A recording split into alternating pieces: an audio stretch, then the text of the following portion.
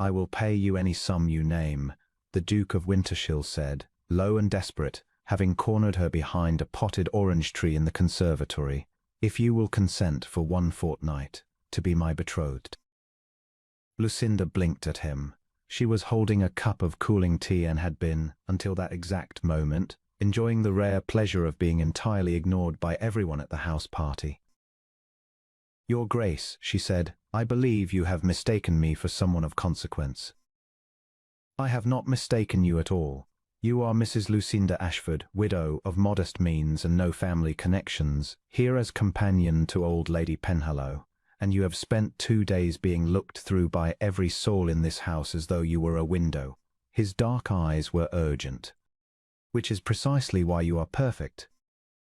She was not sure whether to be insulted or fascinated. She settled on fascinated, as it was more entertaining. The most feared Duke of Wintershall was not a man one expected to find begging behind shrubbery. He was famous for the cold of him, the sharp tongue that had cut down half the ambitious mammas of England, the brooding silences that emptied drawing-rooms. He had inherited young, fought a duel rumoured to have ended badly for the other man, and refused for 15 years to marry, to despair of every matchmaking matron in 3 kingdoms. Children were told to behave or the Duke of Wintershall would hear of it. And here he was, very nearly hiding, with the hunted look of a fox who has heard the hounds. "Explain," said Lucinda, "and be quick, for Lady Penhallow will want her shawl in a moment." He explained quickly. The hostess of the party, Lady Carrow, had spent 6 months engineering this entire gathering for the sole purpose of throwing her daughter, Miss Octavia Carrow, into the Duke's arms. The girl was beautiful, accomplished, and the Duke said grimly, possessed of the moral character of a pickpocket and the conversation of a wet Sunday. Her mother had already, through a network of well-bribed servants, arranged 3 accidental, compromising encounters that the Duke had escaped only by an athleticism unbecoming his rank. There was a 4th planned for that very night. If he were found alone with the girl, scandal would force the match, and he would be chained for life to a woman he could not abide.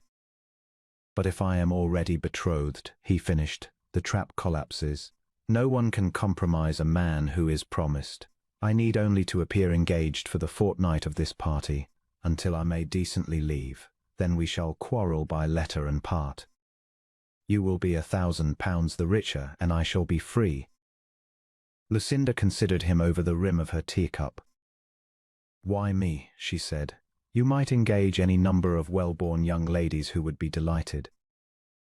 "Because any well-born young lady would then expect me actually to marry her, and I should merely have exchanged one trap for another." His mouth twitched, the closest thing to humour she had seen on his famously grim face. "Whereas you, Mrs. Ashford, struck me at dinner last night as the only person in this entire house who wants absolutely nothing from me. You looked, in fact, as though you would rather I went away." "I would have," she agreed pleasantly. "There, you see, you are entirely safe to be engaged to. You will not fall in love with me. You plainly find me tiresome, and you have the wit to play the part convincingly, which the average debutante has not."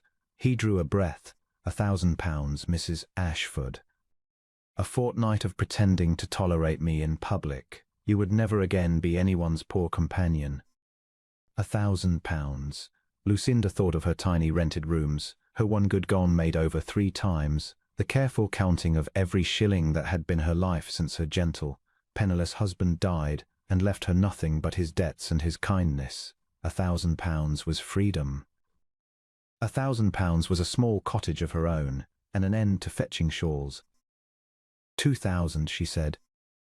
The Duke of Wintershall stared at her, and then, for the first time in living memory, the most feared Duke in England threw back his head and laughed.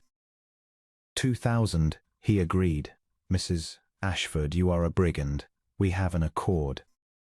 And so it began. They announced it that very evening, and the effect was magnificent. Lady Carrow's face passed through several colours not found in nature. Miss Octavia's smile froze like a January pond. The whole glittering party turned to stare at the overlooked widow who had, somehow, caught the uncatchable Duke and Lucinda, on his arm, found that she rather enjoyed it. The performance demanded they spend their days together, and here a difficulty emerged that neither had foreseen. They liked each other. It crept up on them. On the second day he made a cutting remark about the absurd hat of a passing dowager, dry as dust, and Lucinda laughed before she could stop herself, and he looked so startled and so pleased that she laughed harder. On the third day they walked in the garden for the benefit of watching eyes, and discovered they had read the same obscure book of travels and disagreed about it splendidly for an hour, she defending the author and he condemning him, both of them enjoying the quarrel far more than either would confess. On the fourth day he found her hiding from the company in the library, exactly as he liked to hide, and instead of leaving he down across from her, and they read in a companionable silence that felt, alarmingly, like the most comfortable hour of his year. On the fifth day there was an excursion to a ruined abbey, and Lady Caro contrived, as she contrived everything, to seat her daughter beside the Duke in the carriage.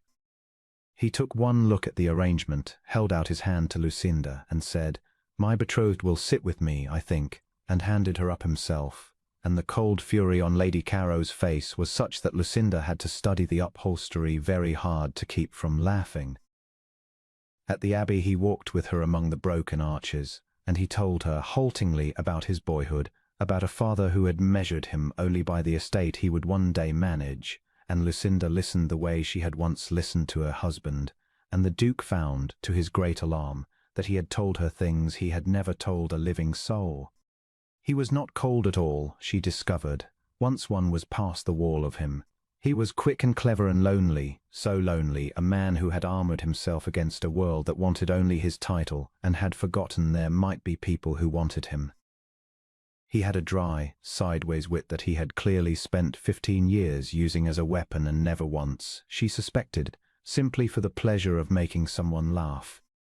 He noticed everything, he forgot nothing, and beneath the famous frost there was a kindness he guarded more jealously than his fortune, because kindness, he had learned, was the thing the world was quickest to exploit. And she told him, sitting in the library, about her husband, who had been poor and gentle and had loved her, and about how she had not minded being poor with him, and how they had counted their few coins together at the kitchen table and called it wealth because they had each other. The Duke listened as though no one had told him anything true in years. He did not offer pity, which she would have hated. He only said, very quietly, "He was a fortunate man, your husband." I do not think he can have known how fortunate, and Lucinda had to look out the window for a moment before she could trust her voice again. "You loved him," he said. "I did. He was the kindest man I ever knew." She looked at her hands. "Being a widow is a curious thing, your grace. The world stops seeing you. There is a great freedom in it, and a great loneliness, and one learns to prefer the freedom, because the loneliness cannot be helped." "Yes," he said quietly, "I know that bargain well." They looked at each other a moment too long. Then Lady Penhallow's bell rang and Lucinda fled. She'd not sleep well that night, and she told herself sternly, brushing out her hair before the small glass, that this was a great foolishness. She was a widow of 29 with no fortune, and no beauty to speak of, and he was the Duke of Wintershall, and the whole arrangement was a paid performance with an end already written into it. She had buried one love and survived it. She had no intention of inventing a second that could only end in heartbreak. 1,000 reasonable thoughts she gave herself, and 1,000 more, and not one of them did the least good, because every time she closed her eyes she saw the startled, pleased look on his face the first time she had made him laugh, and she understood, with a sinking heart, that the reasonable thoughts had come far too late. Down the corridor, in the great guest chamber, the Duke of Wintershall was not sleeping either. He stood at the window with a glass of brandy he had not touched and watched the moon over the park, and he thought about kitchen tables and counted coins, and a poor gentle man who had been the most fortunate husband in England, and he wondered, for the first time in 15 years, whether a fortune and a title might be precisely the things that had kept him from ever being fortunate at all. There came an evening of cards in the long drawing-room, and Miss Octavia, who had not given up so easily as her wounded pride suggested, made a small cruel remark within Lucinda's hearing about widows who set their caps too high, and the embarrassment that surely awaited them. The room went quiet, the way rooms do when cruelty is wearing its prettiest gown. Before Lucinda could so much as draw breath to answer for herself, the Duke set down his cards. "Miss Carrow," he said, in the cool, exact voice that had once made a marquess apologize for being born, "my betrothed has more dignity in her gloved hand than this entire house possesses in its plate room. You will not address her so again." He returned to his cards as though nothing had happened. But under the table, where no one could see, his hand found Lucinda's and held it, and she understood that the famous coldness, which the whole world feared, had only ever been waiting for someone worth turning warm for. The fortnight wore on. The pretense grew effortless because it grew less and less pretended. They no longer had to perform the looks. The looks came of their own accord. When he took her hand to hand her into a carriage, neither of them quite let go at once. When she entered a room, his eyes found her before he knew he was looking. The household, watching, was entirely convinced, and said the Duke was clearly besotted, and they were not wrong, and the only two people who refused to see it were the Duke and Lucinda themselves. Then came the last night of the party. There was to be a ball, and after it they would part, and the engagement would quietly die by correspondence, and Lucinda would take her £2,000 and her cottage and her freedom and never see him again. She dressed for the ball with a heaviness she could not explain and would not examine. She found him on the terrace in the dark before the dancing began. He was standing very still, looking out at the moonlit garden, and when he heard her step he did not turn. "Mrs. Ashford," he said. "Your Grace." Lucinda. It was the first time he had used her name, and it stopped her heart. "I find I must speak to you, and I find I do not know how, which is a novel and unwelcome sensation for a man of my reputation." He turned then, and the moonlight was on his face, and the famous cold was gone from it entirely, and what was left was naked and afraid.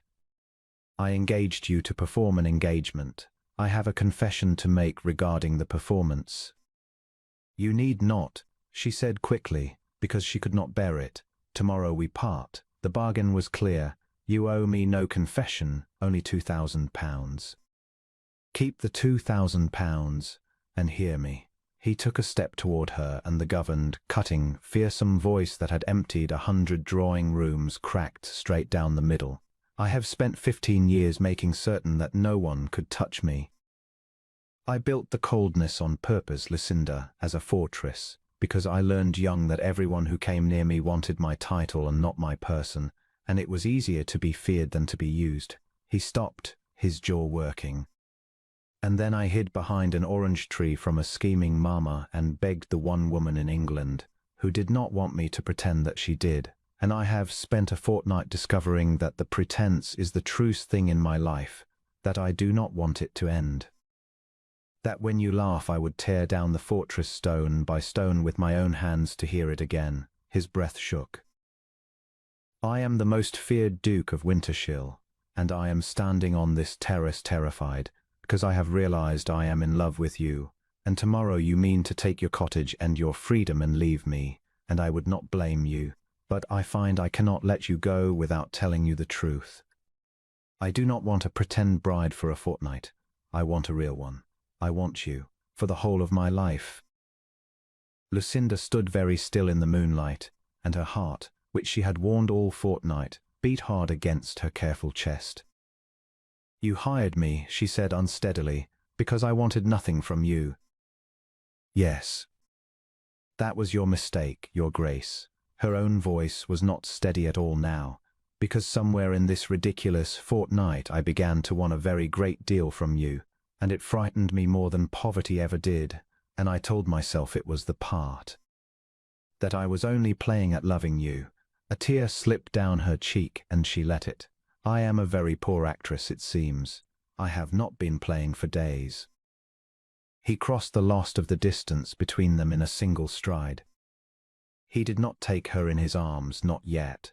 This man who feared nothing held himself an inch away, as though he could not quite believe he was permitted, and lifted his hand instead and brushed the tear from her cheek with a tenderness that belonged to no feared duke at all. "Then do not take the cottage," he said. "Take the fortress. It is cold and it is far too large, and it has wanted a mistress for 15 years. Take me, Lucinda. I am difficult and I am proud and I have a tongue that has made grown men weep, but I have never in my life meant anything as I mean this. Marry me, truly.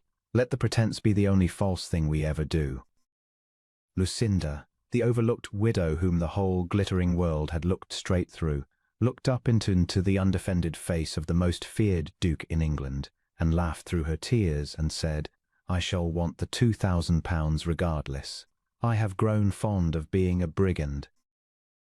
And the Duke of Wintershall laughed too, the second laugh anyone had heard from him in 15 years.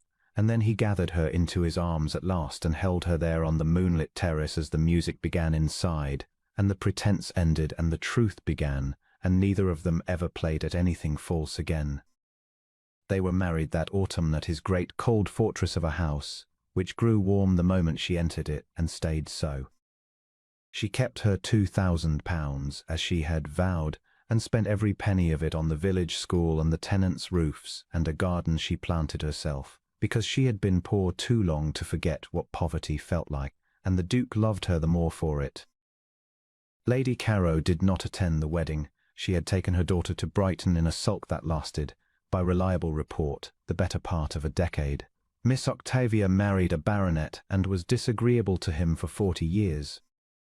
And the most feared Duke of Wintershall, the man children were warned of, the man who had emptied drawing-rooms with a glance, spent the rest of his long life being gently teased by his wife for the night he had hidden behind an orange tree and begged a stranger to love him, and had got, to his astonishment and his everlasting joy, the real thing in return.